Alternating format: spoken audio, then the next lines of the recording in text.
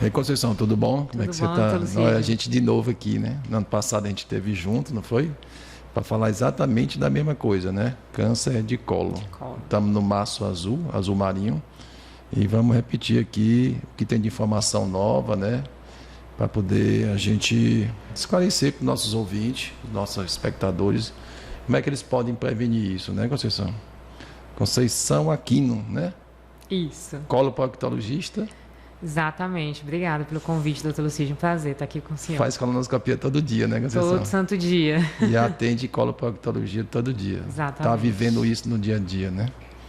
Conceição, me diz aí, eu vou botar isso aqui para a gente começar a conversar. Isso é uma estimativa não, foi a realidade de 2018, né? Vê aí, traduz aí para a gente aí, o que é que você achou Nos últimos anos, nós tivemos uma revolução no diagnóstico do câncer de cólon, que foi o advento da colonoscopia, né? A colonoscopia revolucionou isso porque a gente conseguiu diagnosticar mais, tratar precocemente, ela ajudou muito. Mas mesmo com o auxílio da colonoscopia, o câncer de cólon nos anos 2000 tem aumentado enormemente, foi ganhando aí uma posição de destaque, infelizmente, entre os cânceres mais comuns na sociedade, tanto no Brasil quanto no mundo. Hoje, a gente tem em 2018, né, o câncer de cólon e de reto é do terceiro mais comum dentre os homens e já é do segundo entre as mulheres. A gente perdia só para próstata e pulmão nos homens e só para o câncer de mama nas mulheres. No resto do mundo também a gente tinha esse perfil. São uma média de 2 milhões de novos casos por ano no mundo e no Brasil uma média de 45 mil casos por ano. E isso vem aumentando, né, Conceição? Principalmente no nosso mundo ocidental, né? Exatamente. Parece que no oriental não é tão assim, no mundo oriental não é tão... Porque eles são mais regrados quanto à prevenção, à questão alimentar, então eles conseguem ter um controle maior. Nós começamos a ter um aumento nessa década muito associado ao nosso estilo de vida também. Então aí, Conceição, eu botei 2018, né, que a gente vê esse panorama, como você falou, o de colo no homem era o terceiro, né? Isso. E o da mulher já era o segundo. Mas eu vou botar agora a projeção para 2023, parece que a projeção, na verdade, a partir de 2020 já parece que houve uma virada, né, que a gente está vendo aí. Exatamente, nós passamos a ser o segundo câncer mais comum, tanto em homens como mulheres, só perdemos para a próstata e câncer de mama, tanto no Brasil quanto no mundo. E, infelizmente, é um câncer que tem uma mortalidade alta. No espaço de 5 anos, em média, 50% desses pacientes vão a óbito. Então, a gente tem uma média calculada no mundo de 800 mil mortes por ano. Então, um valor muito grande só de câncer de colo. Só de câncer de colo. 800 mil mortes por ano. E no Brasil, se a gente colocar em uma porcentagem de 50%, vão ser em média 20 mil mortes por ano. A metade dos pacientes diagnosticados, então. Metade dos pacientes, do dia que ele é diagnosticado, no intervalo de 5 anos, metade vão a óbito. Então, por isso que a gente precisa se preocupar, né? Está aumentando o número de câncer aí. Chamou a atenção, Conceição, porque ultimamente teve umas pessoas assim mais ilustres, né? Teve o caso do Pelé, do Roberto Dinamite e da Preta Gil, que chamou a atenção na mídia, mas já era um problema muito sério, né, de saúde pública. E aí, para poder a gente esclarecer para a turma, Conceição, quais são os sintomas, como é que a pessoa deve se preocupar, a partir de quando... E deve se preocupar. E quais são os sintomas dessa manifestação desse câncer? O problema e o que justifica um aumento tão grande é que geralmente é um câncer silencioso. Quando o câncer de cólon costuma evoluir com sintomas, já é um sinal de que já pode estar numa fase mais avançada, né, num grau de evolução maior. Mas quando esses sintomas aparecem, costuma ser sangramento ao evacuar, alteração do hábito intestinal, né, aquela pessoa que o intestino funcionava de forma regular e começa a evoluir ou com o intestino preso ou com diarreia e às vezes alternando. Um dia o intestino está solto demais, às vezes o intestino está preso demais. Isso pode ser um sinal de alerta. O paciente muda o ritmo do intestino. Muda o ritmo intestinal. Por exemplo, se ele defecava, ia para o banheiro todo dia, de repente aparece uma diarreia. Exatamente. Ou então prende, né? Ele pula um dia sem defecar. Seria mais ou menos isso. Isso pode ser um sinal de que algo não tá funcionando bem. Ou então evacuações com sangue, com presença de sangue. Esse sangue é um sangue escuro, Conceição? Vivo, sangue vermelho vivo, sangue mesmo. Sangue de igual um corte mesmo, né? Exatamente, sangue vermelho vivo. Ou então dor abdominal. O paciente pode ter cólicas associado também a esses outros sintomas. Né? Ou às vezes uma anemia sem justificativa. O paciente aparece um exame de sangue com anemia. A pessoa vai fazer exame para outra coisa, exame de sangue, e aparece uma anemia lá. Exatamente. Isso é um sinal também de que pode ser. Também pode ser um sinal de câncer de intestino. Quando esses sintomas aparecem, esses 4 são os mais comuns: dor abdominal, sangramento ao evacuar, alteração do ritmo intestinal, né, da frequência de idas ao banheiro, ou uma anemia sem causa aparente. E a questão da idade, Conceição, quando, por exemplo, uma pessoa de 20 anos, ela de repente apareceu um sangue lá nas fezes, né? Essa pessoa precisa se preocupar? Que isso pode Geralmente, né, pacientes jovens, esses sangramentos nas fezes costumam estar associados a doenças orificiais, né, hemorroida, fissura. Não é uma faixa etária que deve se preocupar tanto. A faixa etária que mais comumente está acometida pelo câncer de intestino é a faixa etária depois dos 50 anos, é quando essa incidência começa a aumentar. Então, pacientes com mais de 50 anos que têm algum desses sintomas que eu mencionei, têm que procurar um médico para ser avaliado. Então, o cara jovem lá, sangrou, tem menos de... um cara de 30 anos, uma pessoa de 30 anos, Conceição, sangrou, não precisa ficar apavorado e pensar que tem câncer. Calma, que a chance maior é ele não ter câncer, né? Ele tem uma doença benigna, né? Tem que buscar atendimento, né? Tem que ser avaliado, claro. Mas em termos de probabilidade, essa probabilidade é menor. Certo. Quem tem que se preocupar é a turma mais depois dos 50, né, Conceição?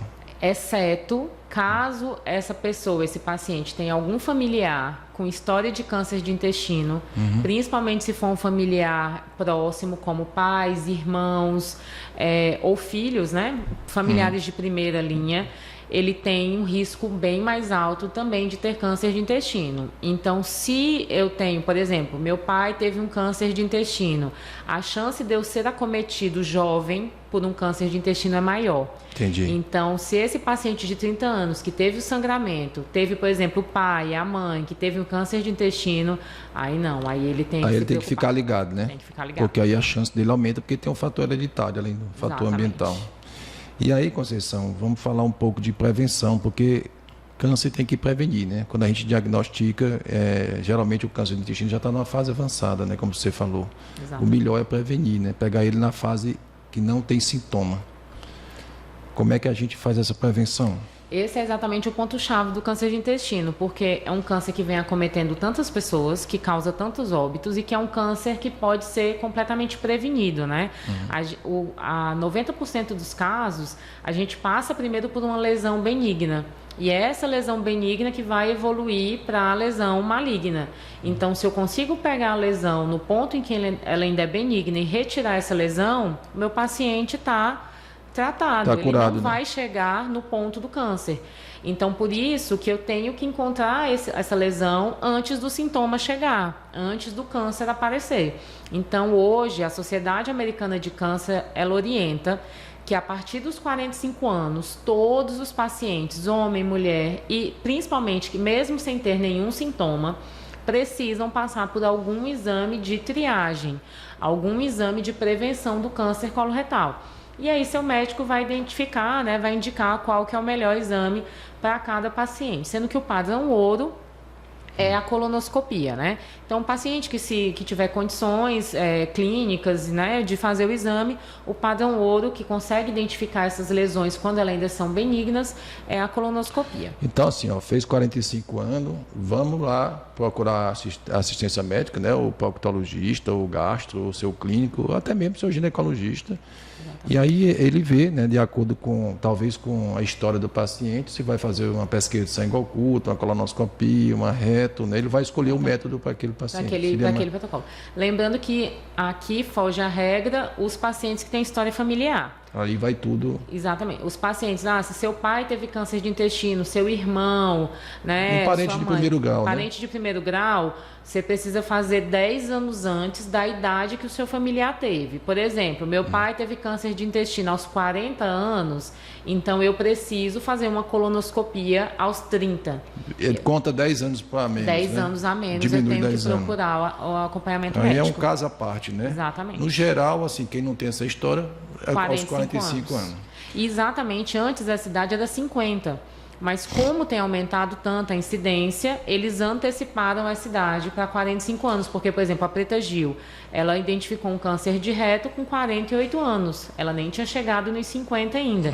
Então, por isso que a Sociedade Americana antecipou. Reduziu, né? Para 45 anos. É verdade. Eu botei algumas imagens aqui, porque é interessante para a gente até mostrar para os nossos telespectadores aí, a turma que está assistindo, Conceição, para eles entenderem como os equipamentos ficaram mais sensíveis, né? Então, eu botei algumas imagens, a gente vai assistir umas imagens de exame de colonoscopia, gente. É o exame, como a doutora Conceição falou, o padrão ouro da prevenção.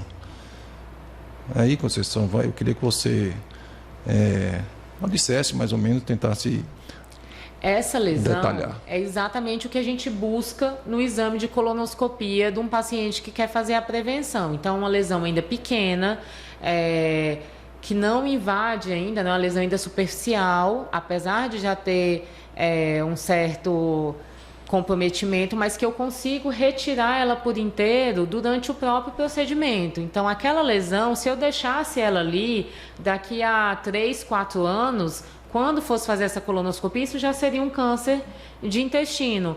Então, quando eu faço isso antes do meu paciente ter sintomas, eu consigo tirar ela por completo e evitar que esse paciente desenvolva um câncer. Essa é a lesão que a gente quer pegar, né? Essa aí. Exatamente. Na verdade, deixa eu ver se eu consigo aqui, Conceição, deu um próximo. Próximo aí, vamos e ver aqui a gente tem um auxílio da tecnologia, né? Com um tratamento de imagem especial exatamente para conseguir pegar cada vez lesões menores e tornar a prevenção cada vez mais eficaz.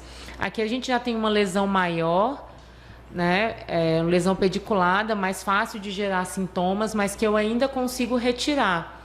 Essa tem um vídeo da polipectomia, né? Eu acho que nesse vídeo a gente mostra como que é feito o procedimento para ressecar essa lesão.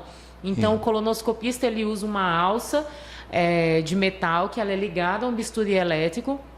E essa alça vai transmitir uma corrente elétrica que, ao mesmo tempo que ela corta o pólipo, ela coagula. Ó. Essa alça de metal, ela vai abraçar, ela vai envolver o pólipo e ela é ligada no bisturi elétrico e ela vai cortar e coagular ao mesmo tempo. Então, com o auxílio disso, eu consigo tirar essa lesão que ainda tem um aspecto benigno e evitar que esse paciente, em alguns anos, tivesse um câncer de cólon. Esse paciente aí é igual ao outro também, Conceição. Provavelmente ele iria desenvolver um câncer de intestino nessa lesão, certo? Geralmente, o intervalo da hora que aparece a primeira célulazinha do pólipo no intestino até o momento que o câncer se desenvolve são de 10 anos, né? Então tem tempo, né? Tem tempo para a pessoa se prevenir. Quer dizer, gente, ó. Exatamente. Veja, apesar de ser uma lesão assim, até assusta um pouco, mas essa lesão provavelmente é benigna e ela é totalmente removível.